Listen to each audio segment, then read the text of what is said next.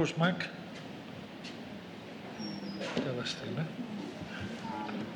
It's Dr. Weiss. Yeah, He's going to speak about the repair of regurgitant bicuspid aortic valve, the surgical options and the outcomes in children. And he comes from Slovenia. First, I would like to thank the Society and Professor Kalangos for having me here. It's a great honor and pleasure. I will talk about repairing the valve that is regurgitant and it's bicuspid. So just to start with some basics, we heard some of it already. Bicuspid aortic valve is the most common heart defect, affecting up to 2% of general population, predominantly males. It can occur either isolated or in combination with other congenital heart defects, mainly left-sided obstructive lesions. It's estimated that up to 85% of patients with coarctation has a bicuspid aortic valve.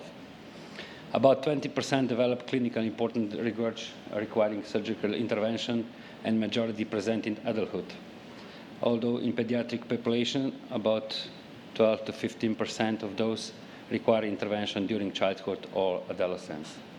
As said, majority of those are asymptomatic, but bicuspid aortic valve disease can present either as stenosis, regurg, mixed lesion, or progressive aortopathy. Very common as a surgeon, we see aortic valve regurg after ballooning the stenotic valve. What's different regarding the adult aortic regurg is that in pediatrics population is congenital in origin, it's progressive over time, and it's often associated with asymmetric cusp geometry. So regarding the classification, we've seen already the slide. We use the Sievers classification, which takes into account the number of raphes and the pattern of cusp fusion.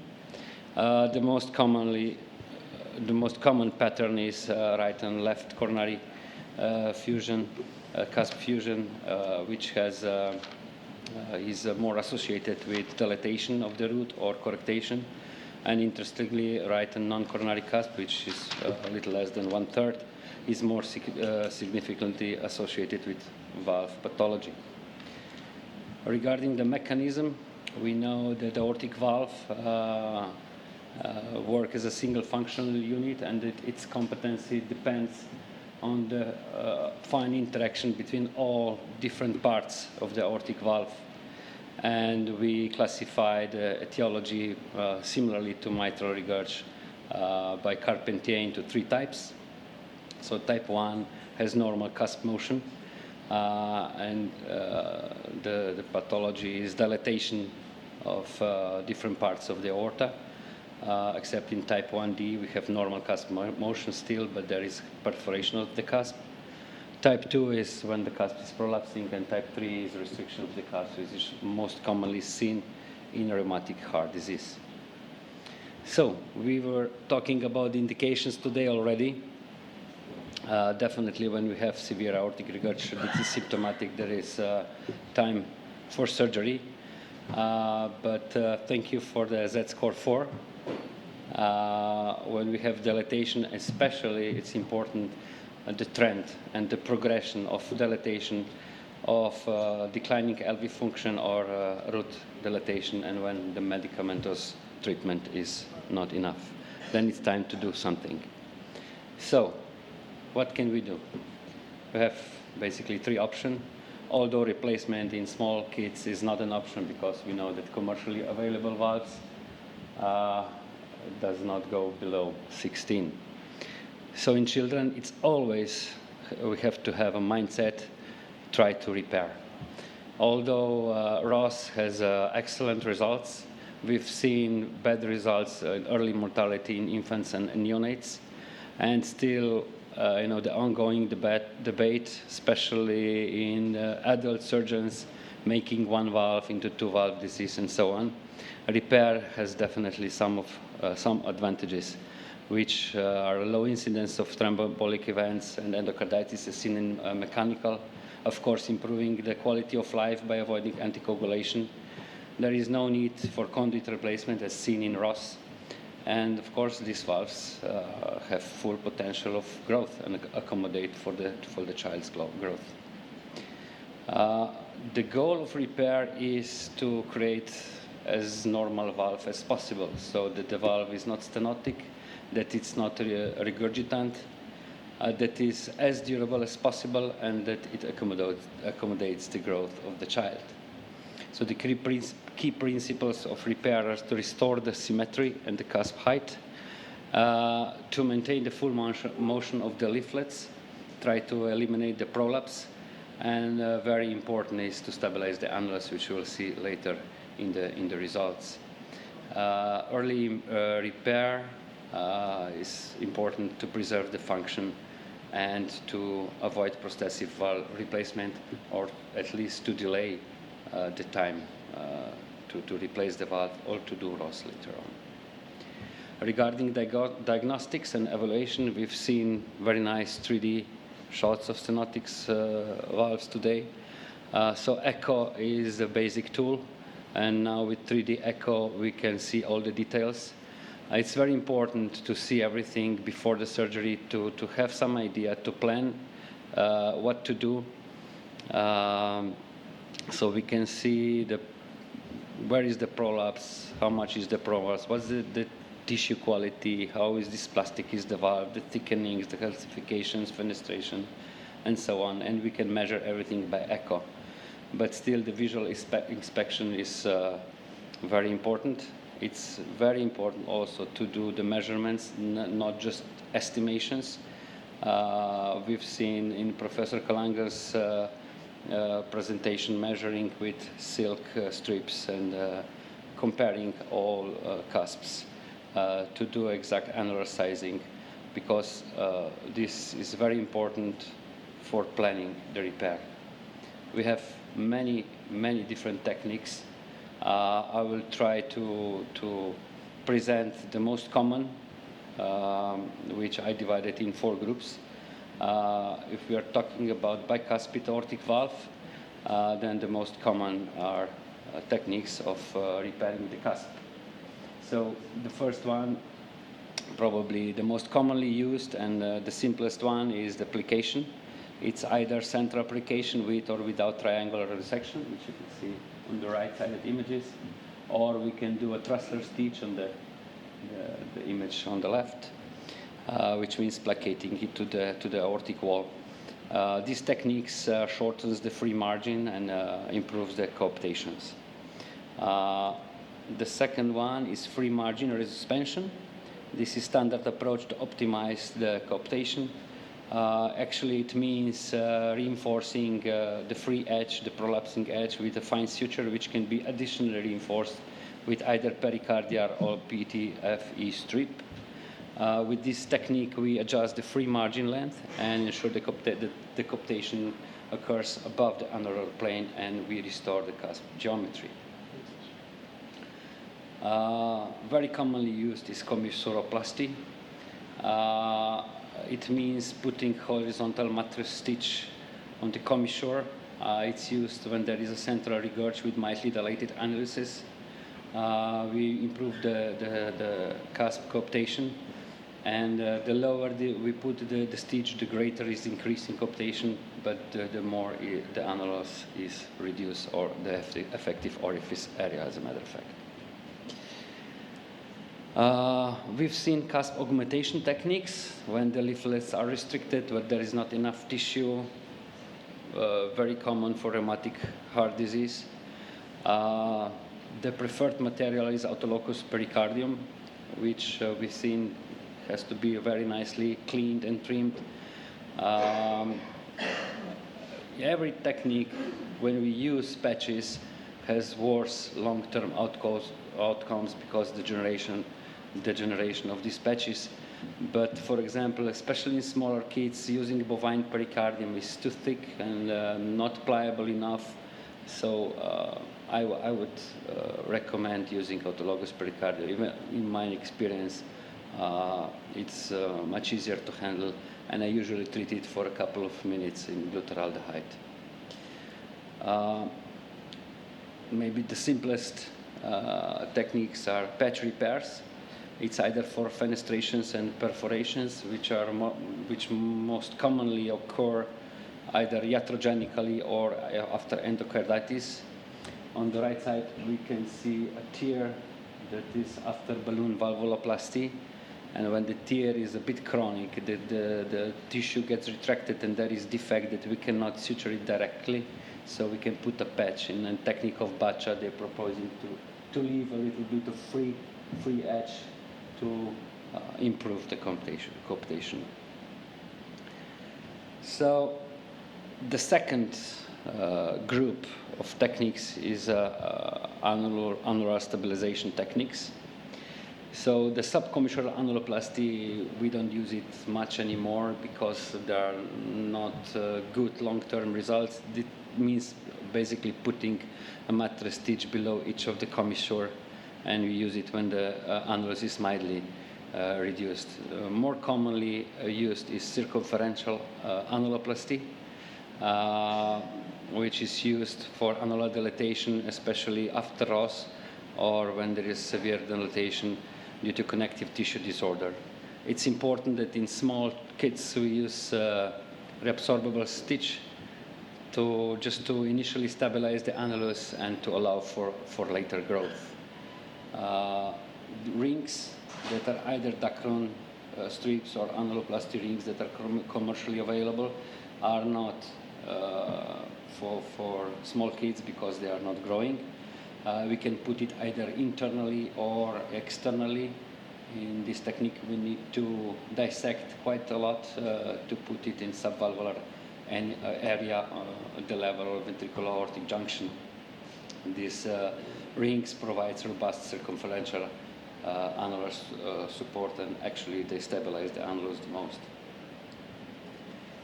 Then there is a group of commissural optimization techniques which are not used very common, to be honest. Maybe the first one, when there is a sinus is too big or too small, we can either enlarge it or reduce the size.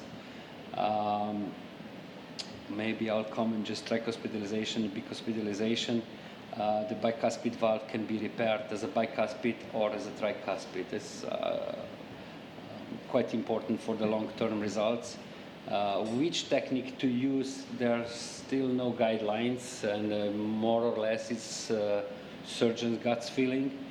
But as a rule of thumb, when the valve is symmetric or more or less symmetric, the repair should be as a bicuspid, but with very asymmetric valves, we should consider tricuspidalization. And the last group is ST junction and root stabilization techniques. Rarely used isolated ST junction, just putting a stitch and tying it on the ST junction. But most commonly, we stabilize ST junction, especially in bigger kids. We can afford to put a Dacron graft on the ascending aorta when we are repairing the dilatation. And it's shown that the repair of the valve itself has better durability when we stabilize ST junction as well. In hemiroot remodeling, we selectively replace the diseased or dilated sinuses. And the last two techniques, Jakub and David, we all know. So, after we repair, that's very important. When we release the clamp, we all look at the echo. So that's the time to be very good friends with cardiologists, because we don't want to end the surgery with moderate or more aortic regurg. So our goal is to have no or trivial regurg with as little gradient as possible. And acceptable is less than 15 millimeter of mercury. So criteria for acceptable repair, not just regurg and stenosis, but also the coaptation should be above the annular plane, which again is giving better long-term results, and to try to repair the valve as symmetric as possible. So when we have moderate or greater regurg or higher gradient and poor tissue quality of the cusp, we need to replace the valve.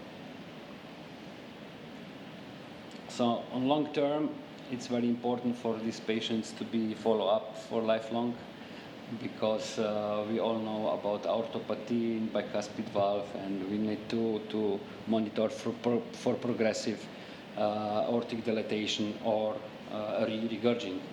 And when the re-regurg occurs again, we again have three options: either to re-repair, which, to be honest, I haven't seen. Once the repair fails, it's either ROS or mechanical valve replacement. So now I will try to comment some of the results. First, it's very important there is no randomized trials comparing aortic valve repair to replacement. Basically, all the studies are retrospective, but still we know some things are in common, and we know the durability of repair is determined not just by the anatomic but also surgical variables. I commented on choosing the patch. So 10-year survival is good. It's 90 to 95%. And looking at literature and trying to summon up more or less freedom from aortic valve reoperation at 10 years is 55 to 65%, and freedom from replacement 65 to 75%. We know that durability is less when we have severe annular dilatation.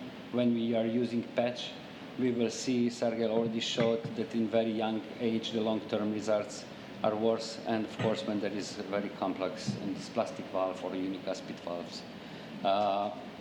We can achieve better durability when we address the stabilization of the annulus, when we try to avoid the patches, and when we ensure enough coaptation. So this is just one of the many tables you can find online. These are single center experience, usually low number of patients. All of them are retrospective. And I found very interesting the same study that Sergei showed. It's from Melbourne group. Actually, I will show you two of them. First one, it's not regurg. Sorry for that. I know my lecture is about regurg, but they were doing a study on 111 patients with stenosis. And the first two graphs, you see freedom from reoperation and freedom from replacement, which is influenced using the patch or not. So no patch has better results, and patients older than 1 month at time of repair has better results. The third one, which is maybe quite logical, if we finish with suboptimal result, the long-term results will definitely be worse. And the third one, which we'll see also in the next study, they found that bicuspid repair had better long-term results. The common this is because the tricuspidalization were done in more diseased valves, in more dysplastic valves, and more asymmetric valves. So their conclusion was that by 10 years, half of the patients required to redo, but 2/3 was free from aortic valve replacement, and that optimal intraoperative result was associated with 80% freedom from reoperation at 10 years. And as I said, bicuspid morphology associated with better freedom from redo. They also commented the ROS procedure, and they said that initial repair allows ROS procedure to be delayed for later when there's better results. So the second work that they published is they were asking, is there really a need to do tricuspidalization, or can the valve be a bicuspid valve which is diseased, can be repaired as bicuspid? These are just diagrams of 3 patients. They present their techniques. So in the first one, we have unicuspid valve that was done bicuspid.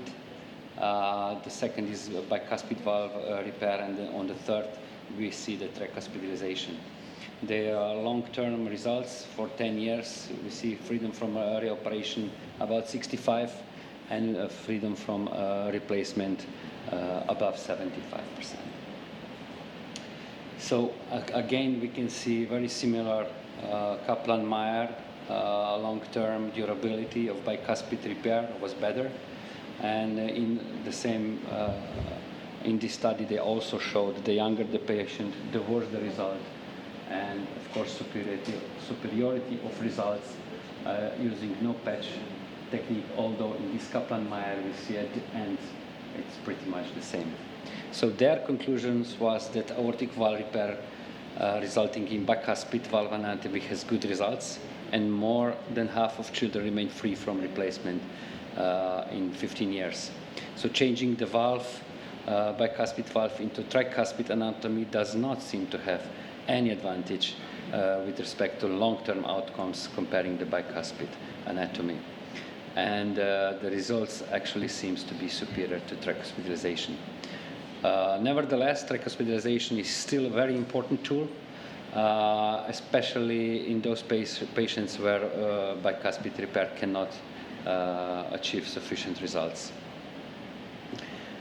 So just to speed up a little bit, because I ran out of time already, just quickly to comment, we've seen in previous lectures the ROS carries high mortality in infants, so aortic valve repair can postpone and delay to do the ROS later when the child is bigger, when it's technically easier than urgent neonatal ROS, and also the long-term results are better.